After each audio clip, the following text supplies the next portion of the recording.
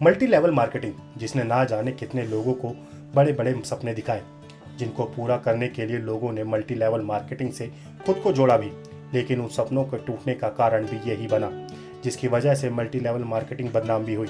लेकिन इसकी असली वजह क्या रही? जहां कुछ लोगों के सारे सपने पूरे हुए, वहीं कुछ लोगों के हाथ असफलता ही मिली।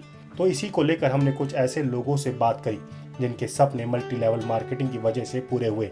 तो इसी कड़ी में हम आज आपको रूबरू कराते हैं सुदेश मलिक से, जो मल्टी लेवल मार्केटिंग से जुड़ एक नया मुकाम हासिल कर रहे हैं।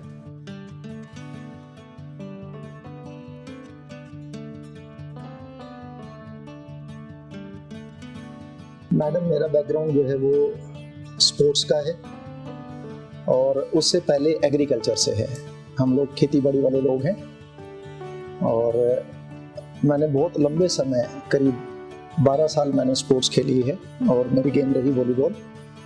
I was a national player और उसी फील्ड की मेरी सारी एजुकेशन है। तो खेती बाड़ी वाले लोग हैं, पश्चिमी उत्तर प्रदेश के रहने वाले लोग हैं, तो ज़्यादातर हमारे क्षेत्र में लोग खेती करने वाले लोग, उनके 2-3 खेल होते हैं। या तो वो कबड्डी खेल लेते हैं, या तो वो रेसलिंग कर लेते हैं, या तो वो वॉलीबॉल खेल लेते हैं, क्योंकि ये सस्ते खेल हैं थोड़े से हमारे यहाँ के ना, इसमें कुछ ज़्यादा पैसा खर्च होता नहीं है। तो उसी परिपाटी से मैं निकल करके आया और मेरा शौक हो गया वॉलीबॉल खेलना। तो मेरे पेरेंट्स को लगा कि ये कुछ अच्छा कर सकता है, तो उन्होंने मुझे 90 में इंदिरा गांधी स्टेडियम में उन्होंने मुझे प्रोफेशनली उधर मेरा एडमिशन करा दिया। तो मैंने मेरा करियर उसी में बनाया। मैंने करीब 10 साल ये गेम खेली और 1994 में मैंने पहले स्कूल नेशनल गेम खेला था।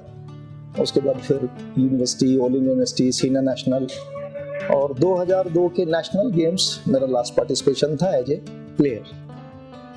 और उसके बाद मैंने उसी फील्ड में सारी एजुकेशन की थी। तो मैं एज ए फिजिकल टीचर 2002 से, दिल्ली का एक स्कूल है हमारे यहाँ ग्रीनफील्ड, मैं उसमें एज ए फिजिकल टीचर मैंने जॉब की। ये बैकग्राउंड रहा मेरा। और डायरेक्ट सेलिंग मेरे सामने, नेटवर्क मार्केटिंग मेरे सामने बहुत पहले से आता रहा। 94 से ये मुझे नोक करता रहा, क्योंकि मेरे कुछ क्लास में कुछ मेरे कॉलेज के फ्रेंड लगे हुए थे। उस दौर की जो कंपनी हुआ करती थी, जैसे इंटरनेशनल कुछ कंपनियां भारतवर्ष के अंदर काम कर रही हैं, जिसमें से एक कंपनी का नाम है एमवे और एक कंपनी रही जापान लाइफ करके, जिसके 85,000 80,000 के गद्दे हुआ करते थे। तो वो सब मेरे सामने आता रहा, लेकिन क्योंकि मैं खिलाड़ी था, मेरा फोकस उधर ही था, तो मुझे लगता था ये सब बेकार की चीजें हैं, तो मैंने कभी ध्यान नहीं दिया। तो बाई इत्तेफाक ये इंडस्ट्री मेरे सामने आई, ये मॉडल मेरे सामने आया, क्योंकि मैंने बहुत लोगों को अपने सामने इस इंडस्ट्री के अंदर सफल होते हुए देखा, कामयाब होते हुए देखा। तो मुझे इस इंडस्ट्री ने प्रभावित किया, डायरेक्ट सेलिंग ने मुझे यहाँ प्रभावित किया कि यहाँ कोई झोल नहीं है किसी किस्म का। और मैंने एक चीज और बहुत नजदीक से देखी इस इंडस्ट्री में, क्योंकि नोकिंग चल रही थी, तो हम देखते थे बहुत सारे लोग बात करते थे हमसे कि जी आ जाओ, ये राइट टाइम है, ये सही समय है, भारतवर्ष के अंदर डायरेक्ट सेलिंग इंडस्ट्री अभी जन्म ले रही है। ये बात मैं कर रहा हूँ आपसे 90s के दौर की, लेकिन हमने कभी ध्यान नहीं दिया, हमने कभी इसको समझा नहीं, क्योंकि हमारा फोकस स्पोर्ट्स था और फिर उसी में ही अपना कैरियर बनाना था। तो हमें वही मजा भी आ रहा था, अपने ग्राउंड पे मजा आता था। लेकिन एक तकलीफ थी वहां पर, और वो तकलीफ थी कि हम काम तो अच्छा कर रहे थे, लेकिन पैसा नहीं था। और इस इंडस्ट्री के अंदर हम देख रहे थे साइड से कि लोग काम करके पैसा भी कमा रहे हैं, तो कहीं ना कहीं उस चीज ने भी मुझे आकर्षित किया।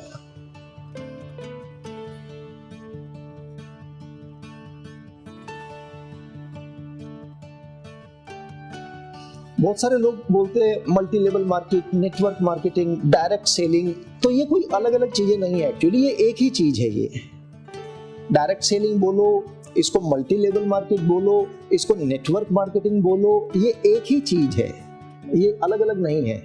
मल्टी लेवल का मतलब होता है कि मल्टी लेवल तक जाना, यानी एक के नीचे दो, दो के नीचे चार, चार के नीचे आठ, आठ के नीचे 16, इट्स ए मल्टी लेवल। और ये ट्रेडिशनल में भी चलता है।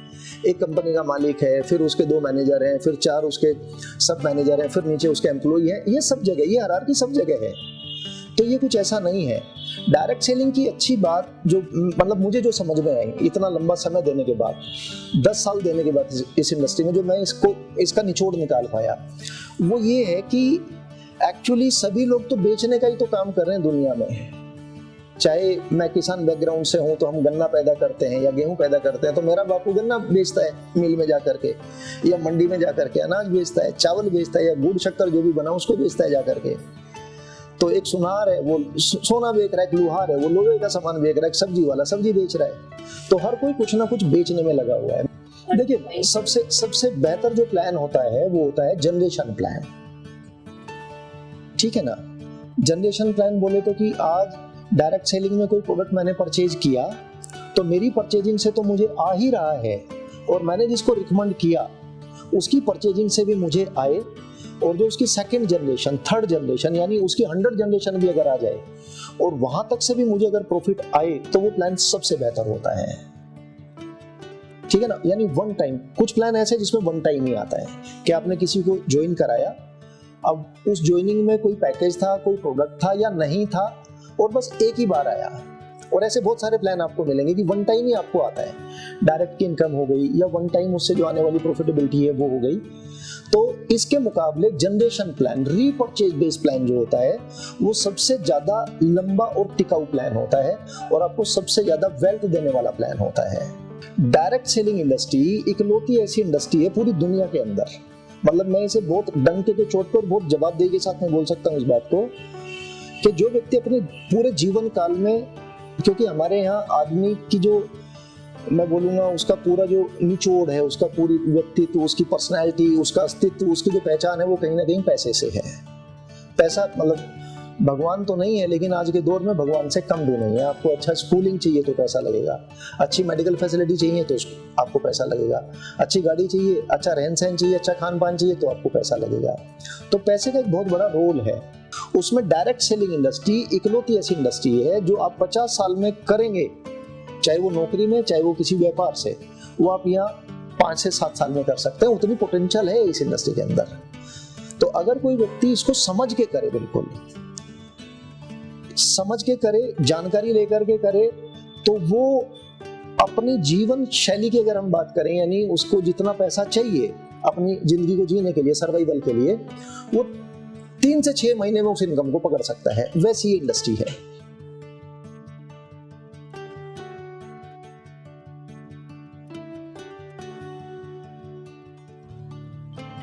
देखिए वो जो दौर था, जहां तक मैं समझता हूं, जो मेरी अपना अनुभव है और जो मैंने यहाँ देखा है बहुत नजदीक से, देखिए पैसा जहां भी इन्वॉल्व होगा, जहां पैसा होगा और उसके बदले में सिर्फ एक आपको एक हवा मिलेगी, पेपर, मतलब वो हवा ही एक तरीके से आप ऐसे समझिए उसको, तो उसकी संभावना आज से 50 साल पहले भी थी भागने की, मतलब चीट करने की, 20 साल पहले भी थी, आज भी, और 20 साल बाद भी रहेगी। वो कभी रुकेगा नहीं, क्योंकि वहां पैसा इन्वॉल्व है, और वो पैसा किसी एक व्यक्ति के पास है या किसी एक मैनेजमेंट के पास है। उस मैनेजमेंट में ज्यादा लोग तो होते नहीं है, 2, 4, 5, 10 लोग ज्यादा से ज्यादा।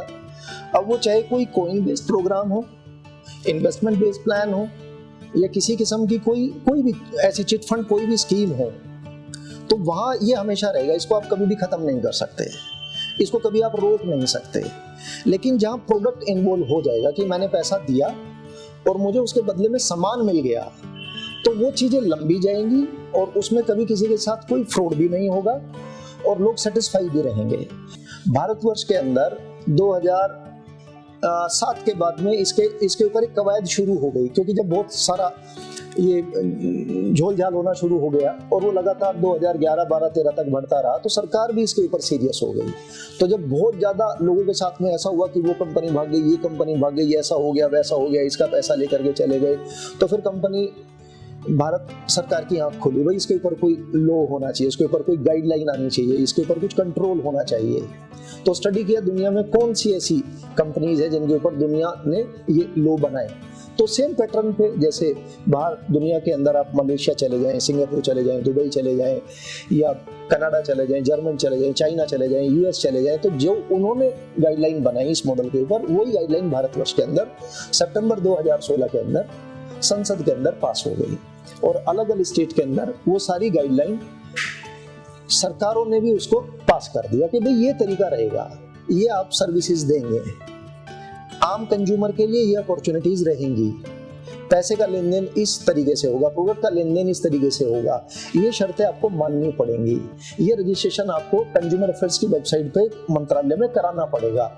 तो जब से ये काम शुरू हुआ तो भारतवर्ष के अंदर हजारों कंपनियां हुआ करती थी। तो जैसे ही 2016 में गाइडलाइन आई, टोटल अगर गवर्नमेंट के आप पोर्टल पे जाकर के देखोगे तो 400 कंपनियां भी नहीं है। टोटल 400 450 कंपनियां आपको वहां रजिस्टर्ड मिलेगी जो लीगली भारतवर्ष के अंदर इस काम को कर रही हैं।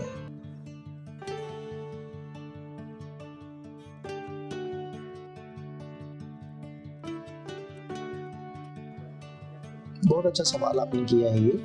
देखिए, आज अगर हम वर्ल्ड लेवल पे अपने आप को कंपेयर करेंगे तो जो 40 साल पहले अमेरिका में चल रहा था इस उद्योग में, वो आज भारत में चल रहा है आज।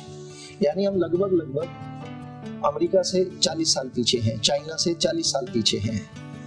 तो आज जो वहां हो रहा है वो आने वाले 30-40 साल में यहाँ होगा, भारतवर्ष के अंदर होगा।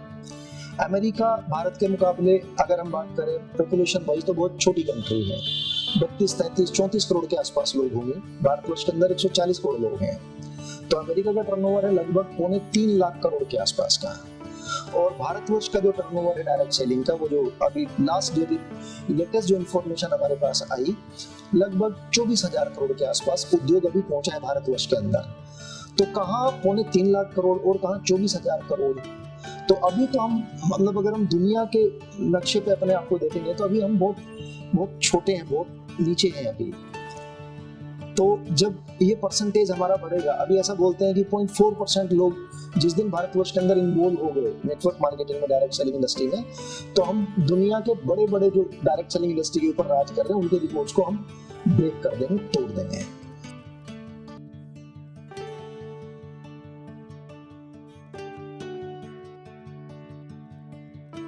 2025 तक माई लाइफ स्टाइल, अभी तो वैसे हम लोग नंबर 1 पोजीशन पकड़े हुए हैं भारत के अंदर, और इसको मैं नहीं बोलता हूँ कि हम नंबर 1 है, इसको हमारे आंकड़े डाटास बोलते हैं। चाहे आप गूगल में जाके चेक करें, चाहे आप यूट्यूब में जाकर के डाल दें कि top 10 direct selling company in India, चाहे आप यूट्यूब में डाल दें कि best health care brand award in India, तो 2019 से लेके अभी 2023 तक हमारे पास best health care brand award, जो कि टाइम्स ऑफ इंडिया के सर्वे ने पैन इंडिया पे करके और गवर्नमेंट ऑफ इंडिया ने हमें ये अवार्ड दिया है। तो 2025 तक की अगर मैं प्लानिंग की बात करूं तो हमारी कंपनी इंटरनेशनल मार्केट में मूव कर जाएगी, क्योंकि 3-4 कंट्री में इंटरनल इनका जो एक इंटरनल प्रोसेस होता है वो ऑलमोस्ट कंप्लीट है। और अगर पीछे कोविड नहीं आया होता तो अभी तक ये लोग अंदर जा चुके होते उधर। और दुनिया भारत के आयुर्वेदा का इंतजार कर रही है, और हम लोग आयुर्वेदा में काम कर रहे हैं, हम लोग केमिकल फ्री प्रोडक्ट में काम कर रहे हैं, और आयुर्वेद में भी हम आयुष प्रीमियम सर्टिफिकेशन के साथ में काम कर रहे हैं। ये सबसे इम्पोर्टेंट चीज है। आयुष प्रीमियम सर्टिफिकेशन होना किसी भी प्रोडक्ट के ऊपर, इसका मतलब ये है कि इससे ऊपर की क्वालिटी आयुर्वेदा में कोई होती नहीं है। और दुनिया के सबसे बेहतरीन साइंटिस्ट हमारे पैनल के ऊपर हैं, यानी जिन्होंने फेयर एंड लवली बनाई, यानी फेयर एंड लवली जिनके नाम से पेटेंट है, रेड टूथपेस्ट जिनके नाम से पेटेंट है, ऐसे साइंटिस्ट हमारे पैनल पर हैं, हमारे साथ में काम कर रहे हैं। ऐसे साइंटिस्ट हमारे साथ हैं जो WHO, WTO में जिनकी सेवाएं रही हैं, जो बहुत लंबे समय तक गवर्नमेंट ऑफ इंडिया के आयुष मंत्रालय के ऊपर रहे हैं। तो ऐसे विद्वान साइंटिस्ट हमारे पैनल पर हैं, और उन्होंने जो प्रोडक्ट हमें बना करके दिया है, ये कह करके बना के दिया है कि हमने कॉर्पोरेट जगत में बहुत लोगों को अच्छे प्रोडक्ट दिए और उनको बहुत अच्छा पैसा भी बनवा करके दिया। बहुत लोगों ने बड़ा पैसा बनाया FMCG इंडस्ट्री के अंदर। इस बार एक आम आदमी की बारी है, कॉमन मैन की बारी है।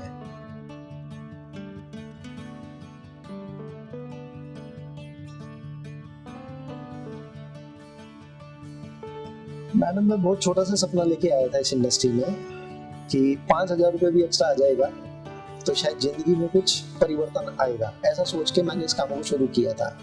कुछ बहुत बड़े सपने नहीं थे, लेकिन कुछ सपने मेरे पूरे हुए इस इंडस्ट्री में आने के बाद में। विदेश जाना हो, या 4 व्हीलर लेना हो, या मैं इस घर में बैठा हूँ, ये घर मैंने इसी इंडस्ट्री से आज बनाया अपना। और मेरी वाइफ का एक सपना था एक गारमेंट शोरूम का, यही दुर्गापुरी चौक पे मैंने उनको एक शोरूम प्लान करके दिया। तो ये कुछ छोटे छोटे मेरे अपने सपने थे, मेरी एक बेटी है वो स्पोर्ट्स खेलती है, एक बेटी है मेरी छोटी वो मेडिकल की तैयारी कर रही है।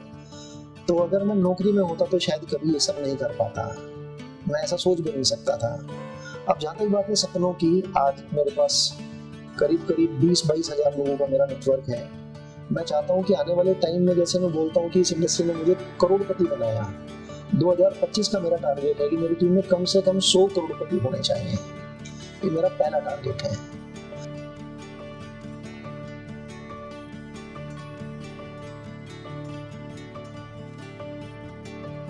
ऐसी मेरी टीम में कई सारी लेडीज हैं मेरी अपनी टीम में जो इस बिजनेस को एज ए कैरियर कर रही हैं। जैसे कि हमारे साथ शोभा सिंह मैडम बैठे हुए हैं, ये बिल्कुल एक हाउस वाइफ रही, बिल्कुल साधारण हाउस वाइफ, और हमारे यहाँ एक रैंक है स्टेट टीम कोऑर्डिनेटर करके, आज उसको इन्होंने हासिल कर लिया है और एक अपने पति के साथ में बिल्कुल कंधे से कंधा मिला करके इस बिजनेस को कर रही है। मतलब इनको लगता है कि नहीं, मैं सिर्फ एक किचन का हिस्सा नहीं हूँ, ये सिर्फ मुझे घर में सास ससुर पति या बच्चे सिर्फ इतना ही काम नहीं है, मैं इससे भी आगे जा सकती हूँ। हमने वो कॉन्फिडेंस बहुत सारी महिलाओं को दिया है। आप इस खबर के बारे में क्या सोचते हैं, हमें कमेंट सेक्शन में बताएं। साथ ही ब्रह्मास्त्र न्यूज़ को सब्सक्राइब और शेयर भी ज़रूर करें।